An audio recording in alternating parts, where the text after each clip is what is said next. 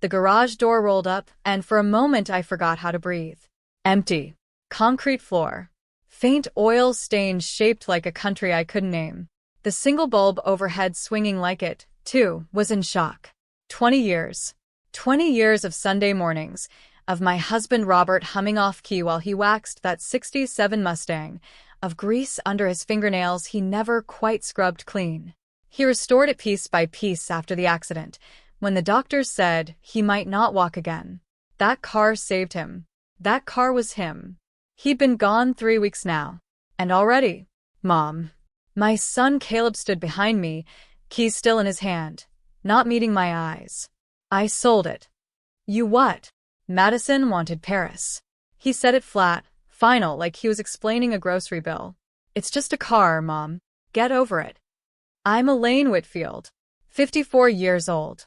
I've buried a husband, and in that instant, standing in that hollow garage, I buried something else too. My phone rang before I could speak. Unknown number. Mrs. Whitfield? A man's voice, urgent, strange. Your husband left something inside that car. You need to come. Now. My hands shook so badly, I nearly dropped the phone. Who is this? Danny Foster, from Foster's Classic Auto. Your husband brought the Mustang in for detailing last spring, before he passed. Ma'am, I just found the paperwork he left with us. There's something in the trunk panel. A hidden compartment. I think you need to see this before the new owner takes possession. Caleb was watching me now, jaw tight, the keys still dangling from his fingers like they weighed nothing. Where's the car? I asked. Still here. Buyer picks it up tomorrow morning. I hung up and looked at my son. My son who used to fall asleep in that Mustang's back seat as a boy, who once cried when Robert wouldn't let him touch the paint with sticky hands. Now, he couldn't even look at me. You didn't even call me first, I said quietly. 20 years of his life, Caleb. And you sold it in a week. Madison said. I don't care what Madison said. I grabbed my car keys. My hands had stopped shaking. Something colder had taken its place. Mom, where are you going? To see what your father left behind. Foster's Classic Auto sat at the edge of town, fluorescent lights humming against the dark. Danny met me at the door, younger than his voice suggested, wiping his palms on his jeans like he wasn't sure if he'd done the right thing calling me. It's in the back, he said. I almost missed it. There's a false panel behind the spare tire. Well, your husband must have installed it himself. Real craftsman work. The Mustang sat under shop lights, cherry red, gleaming like it had the day Robert drove it home from the restoration shop for the final time. My chest tightened. I hadn't touched it since the funeral.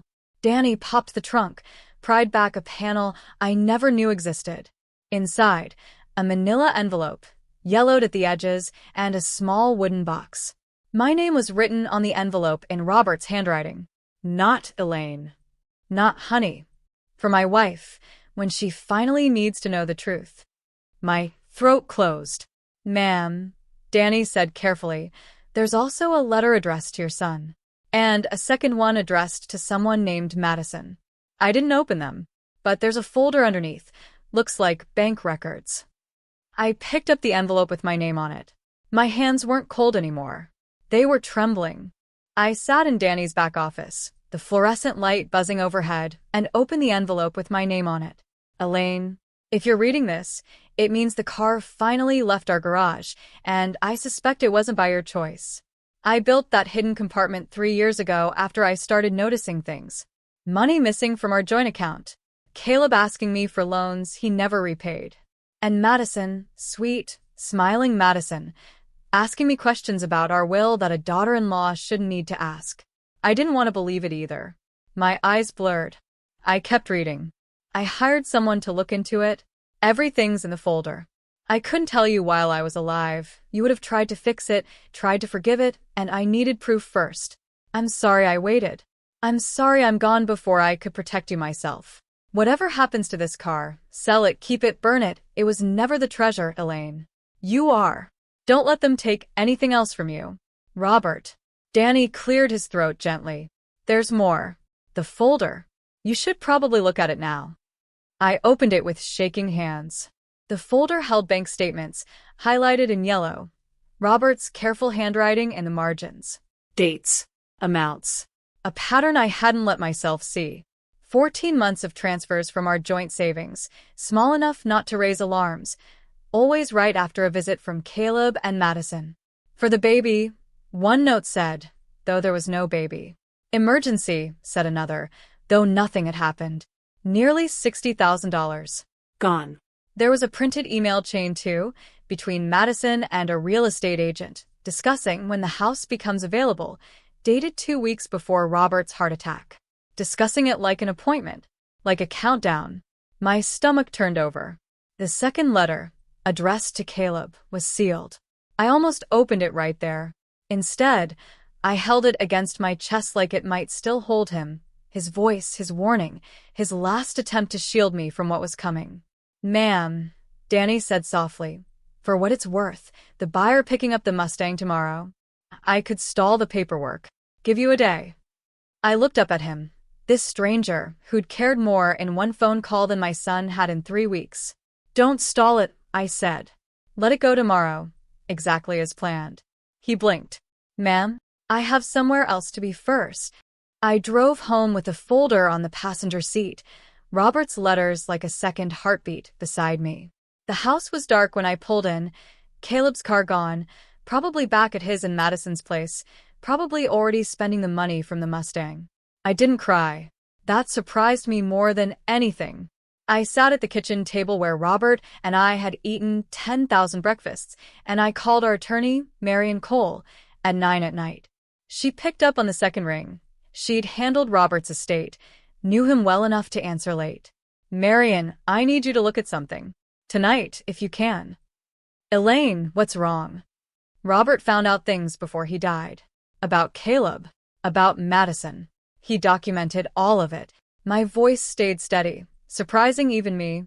I think they've been stealing from us for over a year. And I think Madison's been planning something bigger. Silence on the line. Then, bring me everything you have. First thing tomorrow.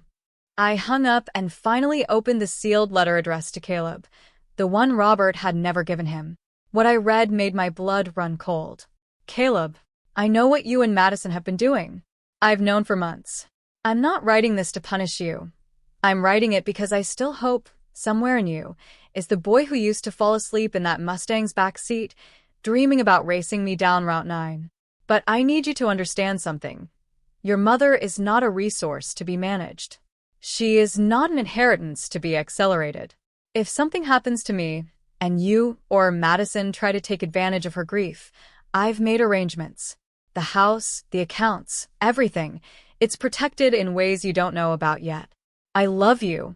That's why I'm telling you now, while I still can, instead of letting your mother discover it alone. Don't make me wrong about you, Dad. He'd known. He'd tried to warn him. And Caleb had sold the car within weeks of the funeral, hadn't even flinched handing me that cruelty about Paris. I thought of the email between Madison and the real estate agent. When the house becomes available. My phone buzzed. Marion. Elaine. I read through everything. There's something else you need to know. Madison filed paperwork last month. She's already trying to get power of attorney over your accounts, using forged medical claims about your declining mental state. The betrayal had a shape now, and it was closing in. The following months moved with quiet precision. Marion filed injunctions before Madison's petition could reach a judge.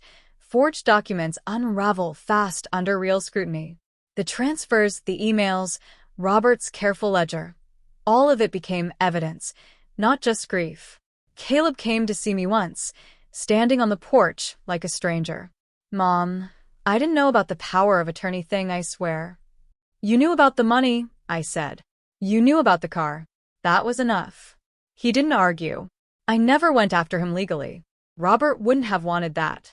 Instead, I let the truth do what truth does. It separated the people who loved me from the ones who'd only been circling. Madison left within the year.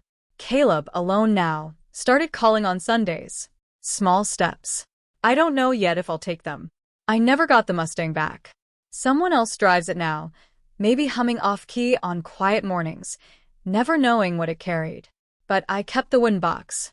Inside, a single spark plug from the day Robert finished the restoration, and a note.